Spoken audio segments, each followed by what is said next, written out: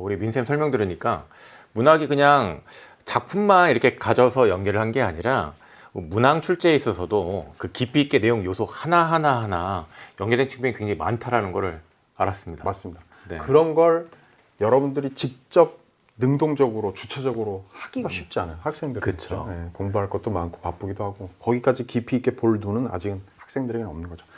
자, 도움이 되셨기를 바라고요.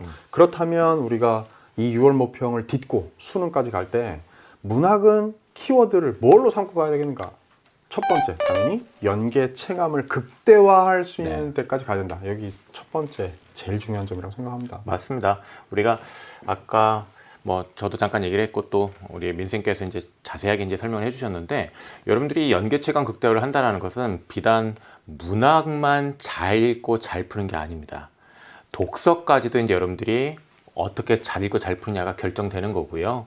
선택 과목에 또 당연히 이어지는 문제인 거죠. 맞습니다. 이게 문학의 연계를 정말로 자기가 체감을 극대화할 수 있느냐, 아니면 소문으로 연계 됐다더라 이러고 그냥 자기는 맞습니다. 못 느끼고 가느냐는요.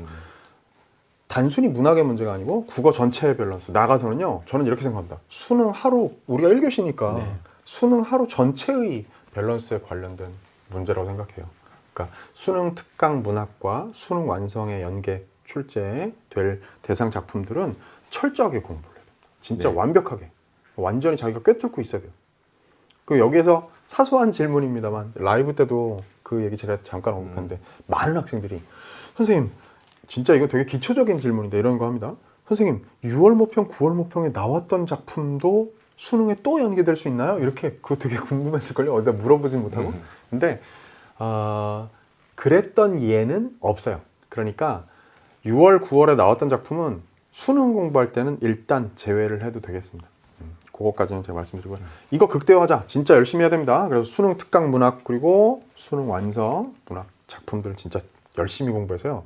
그 열심히 공부한다는 것은 그냥 단순히 그냥 무조건 암기하려고 들지는 말아야 되는 거죠. 그 작품의 중요한 포인트들을 잘 이해하고 충분한 설명을 통해 가지고 자기 것으로 만들어 완전히 녹여놔야 돼요. 네. 그리고 우리 민쌤이 설명하신 거는요, 결국 그거였습니다, 여러분. 단순한 작품에만 했다고 해서 연계 공부를 잘했다는 것이 아니라 그 작품에서 문항으로 출제된 그 요소 하나하나까지 여러분들이 연계 교재랑 그 다음에 강의를 통해서 잘 이해를 했을 때 연계 체감을 극대화할 수 있다는 거였습니다. 그 점도 유의하기 바랍니다. 네, 그래서 여러분 저 그런 얘기 많이 하거든요. 독서도 그렇습니다만 문학 특히나 더 그럴 텐데요. 누가 출제를 해도요, 그 작품에서 중요한 요소는 정해져 있어요. 맞아요. 대동소이합니다. 그러다 보니까 과거의 기출 혹은 연계교재에 나와 있는 그 작품에서 문제로 만들어진 요소가 뭔지를 점검하고 체크하는 것은 반드시 필요하거든요. 왜? 그게 결국 수능에서도 또 다뤄질 테니까. 그죠? 그래서 여러분 제가 사용설명서 문학, 수특 문학 사용설명서 강의도 찍어놨습니다만 그 사용설명서 교재 자체예요. 우리가 거기 그 점검할 포인트로 제시되어 있는 것이 바로 다 뭐냐면 수능 특강 교재에서 문제로 다룬 요소들에 대한 도식화나 간단한 정리거든요. 그것들을 반드시 작품 자체에 대한 공부만이 아니고 말씀 잘 해주셨는데 문제에 대한 점검까지 반드시 하셔야 된다. 꼭 철저하게 기억하십시오. 두 번째인데요. 장르의 본질이라는 말을 한번 떠올려 봅니다. 네. 이게 무슨 얘기냐면 각 장르마다 본질적인 특성이 있잖아요. 이제 그것을 중심으로 저는 개기일식의 문학의 개념 강의들을 구성을 했던 것이고, 그 장르의 본질을 이해한다는 것은 좀 전에 게 시험 범위가 정해져 있는, 말하자면 시험 범위에 있는 작품들을 철저히 공부하는 것이 연계를 잡는 방법이었다면, 그렇다면 뭐가 나올지 모르는 비연계는 어떻게 잡을 겁니까? 그걸 읽어낼 수 있는 힘. 아까 앞에서 봤듯이 김기림의 연륜 같은 시를 자기 눈으로 읽어낼 수 있는 힘이라는 것은 결국 각 장르의 본질이 무엇인지에 대한 이해로부터 출발한다는 거예요. 그렇다면 연계 체감 극대화와 장르 본질이라는 두 개의 키워드는 결국 연계 잡으시라. 두 번째, 비연계도 능력을 길러서 잡아내라. 이런 얘기입니다.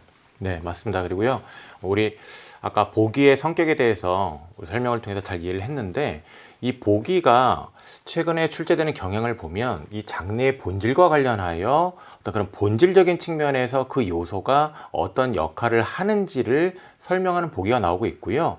그런 측면에서 작품을 깊이 있게 감상할 수 있는지를 묻는 문항들이 출제되고 있다는 사실을 여러분들이 유념해야 됩니다. 맞습니다. 그 말씀은 자연스럽게 마지막 핵심 키워드라고 할 수 있는 맥락의 역할이라는 말로 마무리가 될 것 같아요. 자, 방금 말씀하셨던 보기라는 것도 당연히 문제를 이런 맥락에서 이제 이 지문을 이해하고 감상하라는 맥락을 주는 셈이고요. 또 하나, 우리가 앞에서 다뤘던 것처럼 34번 문제처럼 앞에서 그 문제 봤었죠. 결국에 불꽃이라는 게 그 작품의 맥락 안에서 어떤 역할을 하는 시여인지를 이해하는 건 결국 맥락의 힘이거든요. 내용 맥락 안에서 그 장르의 본질에 기반할 때 그 맥락 안에서 그 작품이 어떤 의미를 띠고 있기 때문에 요 시어나 요 구절, 요 문장은 어떤 의미로 해석될 수 있고 무슨 기능을 한다는 걸 기대어서 파악할 수 있는 힘이 길러져야 됩니다. 맞습니다. 굉장히 중요한 말씀을 해주신 것 같아요.